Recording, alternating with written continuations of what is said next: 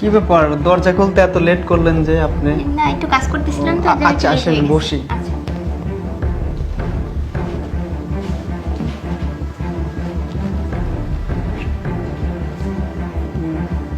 ভালো আছেন? এই তো ভালোই আছি।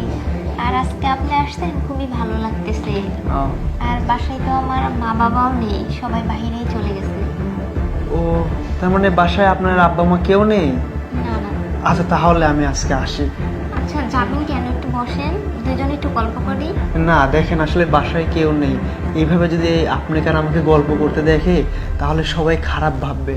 তার কি কাম আছে, আমি আজকে উঠি, অন্য একদিন আসবো। হ্যাঁ আচ্ছা, একটু একটু সময় বসেন, দুজনে একটু গল্প করি, তারপরে না হয় চলে যান।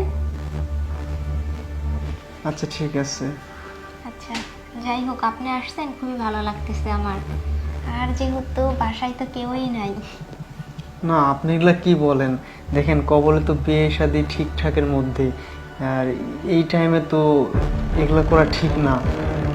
না আমার, আমি দেখেন আমি এগুলো পারবো না। কি বলতেছেন আপনি সব?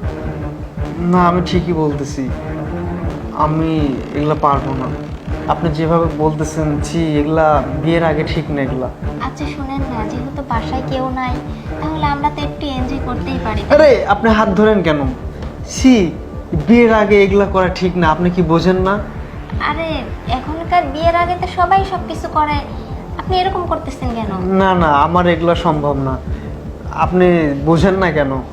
বিয়ের আগে এগুলা করলে পরে মানুষ খারাপ ভাববে। আচ্ছা, আপনার মনে কি চায় না যে বিয়ের আগে একটু এনজয় করি, একটু মজা করি? মনে সব কিছুই চায়, বাট আমি তো একজন মুসলিম ছেলে, আর মুসলিম ছেলেদের কর্তব্য এটা না। বিয়ে শাদী করার পরে এগুলা ঠিক আছে, জায়েজ, কিন্তু বিয়ে শাদী আগে এগুলা করলে পরে এটা হারাম হবে। আর আমি চাই না যে হারাম সম্পর্ক আপনার সাথে আমার জড়িত হয়ে যাক। আচ্ছা এক কাম করুন, এই আপনার আব্বা আম্মা আসলে তখন নয় আমি একদিন আসবো, আজকে আমি উঠি। প্লিজ আপনি আমার এদিকে আসবেন না, ওইদিকে যান। না না না, আচ্ছা আপনার আব্বা আম্মা আসলে আমি একদিন আসবো, থাকেন থাকেন। যাই হোক, ও তো চলেই গেছে, এবার আশিককে একটা ফোন দিই।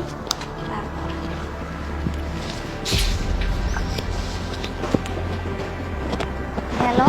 হ্যাঁ আশিক, তুমি কোথায়? তাড়াতাড়ি চলে আসো, বাসায় কেউ নাই। হ্যাঁ হ্যাঁ, বাবা মা কেউই নাই, শুধু আমি একাই আছি। তুমি তাড়াতাড়ি চলে আসো। আচ্ছা ঠিক আছে। যাই হোক, এবার আশিক আসুক, তারপর দেখি ব্যাপারটা কি হয়।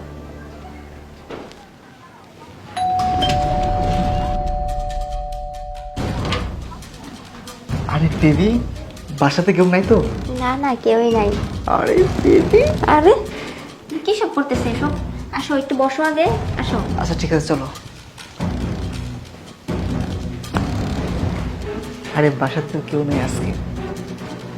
হ্যাঁ, বাসায় কেউ নেই, সবকিছুই ঠিক আছে, কিন্তু তুমি এমন ব্যবহার করতেছো কেন? আরে কি, আমরা তো রিলেশন করি তাই না, আমরা তো গার্লফ্রেন্ড বয়ফ্রেন্ড নাকি? হ্যাঁ। আরে আসুন প্লিজ। ঠিক আছে, গার্লফ্রেন্ড বয়ফ্রেন্ড, প্লিজ তুমি আমার গায়ে এখন হাত দিও না, কারণ বাসায় যেহেতু কেউ নেই, আর বিয়ের আগে এসব একদমই ঠিক না। আরে বেবি তুমি এগুলো কি বলতেছো? এগুলো এনজয় একটু হতেই পারে, সমস্যা নেই বেবি। শোনো না, আমি যা বলতেছি একদম ঠিকই বলতেছি, তুমি এত বাড়াবাড়ি করতেছো কেন? আমরা তো বিয়ের পরও এসব করতে পারবো, তাই না? আচ্ছা তোমার সমস্যা কি বলো তো?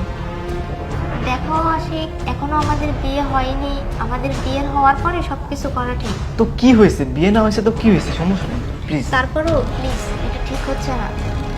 তুমি আসছো ঠিক আছে, বাসায় কেউ নেই, আমরা দুইজনে তো গল্পও করতে পারি, তাই না? যেহেতু সামনে আমাদের বিয়ে।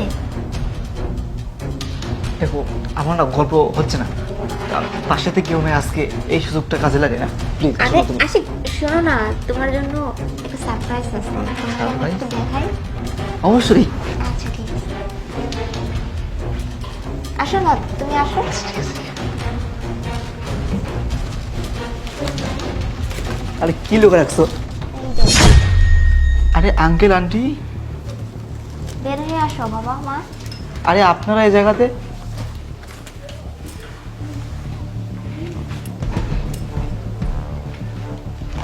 আমরা এই জায়গায় থাকবো না মানে? আমার মেয়ে বড় হয়েছে, আমার মেয়েকে ভালো পাত্র হিসাবে কাকে আমার চাই এটা তো আমাদের পরীক্ষা করে দেখা উচিত, তাই না বাবা? আর তুমি যেরকম আচরণ করলা, এটা কি ঠিক করলা? আরে লিমা, তুমি তো বলছিলে বাসায় কেউ নাই, আর এখানে আঙ্কেল আন্টি এগুলো কি হচ্ছে আমি তো বুঝতে পারতেছি না।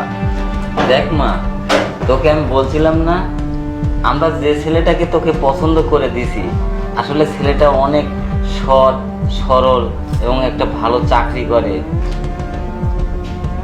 কিন্তু তুই কিভাবে এই ছেলেটাকে পছন্দ করলি? দেখলি, চোখের উপর দেখতে পারলি। সত্যি বাবা, তোমাদের কথা যদি না শুনতাম তাহলে হয়তো বা বুঝতেই পারতাম না। আর ওর সাথে বিয়ে হয়ে গেলে তো আমার অনেক বড় সর্বনাশ হয়ে যেত। যাই হোক বাবা, তোমার কথাটা শুনে সত্যি আমি খুবই খুশি।